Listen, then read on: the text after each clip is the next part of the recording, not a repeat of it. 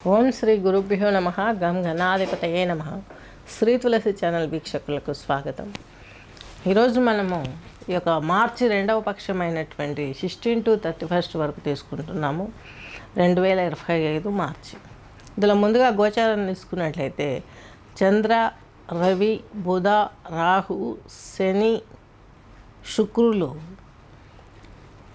ఈ గ్రహాలన్నీ కూడా ఇక్కడ మనకి ఒక మీనరాశిలో సంచరించడానికి మొత్తం షష్టగ్రహ కూటమితో పాటు ఏర్పడ్డాయి.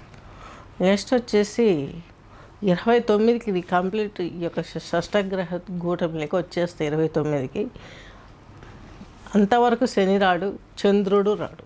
పంచగ్రహ కూటమి చతుర్థ కూటమి లాగుంటుంది. రాహువు, శుక్రుడు, బుధుడు అలాగే రవితో కలిసి ఉంటారన్నమాట. తర్వాత ఇక్కడ 15వ తేదీ మీన వక్రంతో మీనంలోకి వస్తాడు బుధుడు. అలాగే 29th మార్చి 25న మీనంలోకి శని వస్తాడు. అప్పుడు షష్టగ్రహ కూటమి ఏర్పడుతుంది. అంటే ఉగాది తొలి సంవత్సరమే మనకు షష్టగ్రహ కూటమితో కూడుకున్నటువంటి ఫలితాలు రైజ్ అవ్వనున్నాయి. కానీ ఆ ఉగాది చివరి ఉంది కాబట్టి ముందు 4 గ్రహాలు ఉన్నాయి. ఏవేవి? రాహు ఉన్నాడు, శుక్రుడు ఉన్నాడు, బుధుడు ఉన్నాడు, అలాగే ఇక రవి కూడా ఉన్నాడు. చంద్రుడు, శని మాత్రం 29న మారుతారన్నమాట. గురువు వచ్చేసి వృషభ రాశి సంచారం చేస్తున్నారు. కుజుడు వచ్చేసి మీకు మిథున రాశి సంచారం చేస్తున్నారు. కేతు వచ్చేసి మీ యొక్క కన్యా రాశి సంచారం చేస్తున్నారు. ఈ గోచారాన్ని అనుసరించి మీకు చెప్పే ఫలితాలన్నీ కూడాను 50-50 ఫలితాలను ఇస్తాయి. అదే మీ వ్యక్తిగత జాతకాన్ని పరిశీలింప చేసుకున్నట్లయితే మీ లగ్నము, గ్రహ దశలు, గ్రహస్థితులు ఇవన్నీ కూడా మీకు చక్కని రిజల్ట్ ఇవ్వటానికి ఎంతగానో ఉపయోగపడతాయి. నెక్స్ట్ వచ్చేసి ఈ యొక్క తులారాశి, తులాలగ్నం. తులారాశి, తులాలగ్నం తీసుకున్నట్లయితే మీకు వచ్చేసి చిత్త 2 పాదాలు, స్వాతి 4 పాదాలు, విశాఖ 3 పాదాలు కలిపి తులారాశి, తులాలగ్నం కిందకి వస్తుంది. తులారాశి, తులాలగ్నం వారికి మీకు మీ రాష్ట్రాధిపతి అయినటువంటి కుజుడు, మీకు షష్టాధిపతి అయినటువంటి కుజుడు మీకు అష్టమంలో ఉన్నారు. దీని మూలంగా మీకు కొంచెం ఫలితాలు అంటే ఇబ్బందికరంగా ఉంటాయి.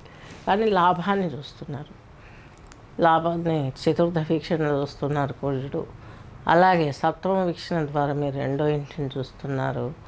అలాగే అష్టమ వీక్షణ ద్వారా మీకు మకర రాశిని కూడా చూస్తున్నారు. ఈ వీక్షణ వల్ల కొంచెం మిక్స్డ్ ప్రాబ్లమ్స్గా ఉంటాయి.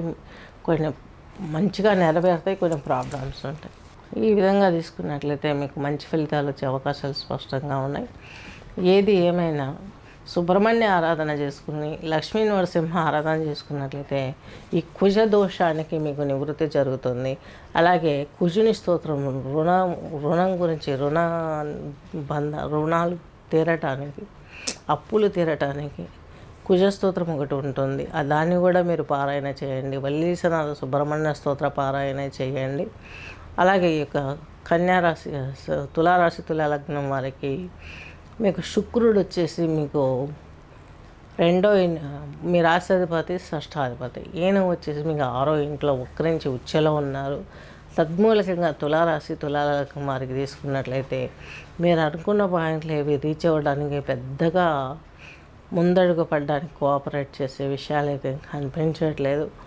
6లో ఉండి వక్రించి ఉచ్చలో ఉన్నప్పటికీ కూడాను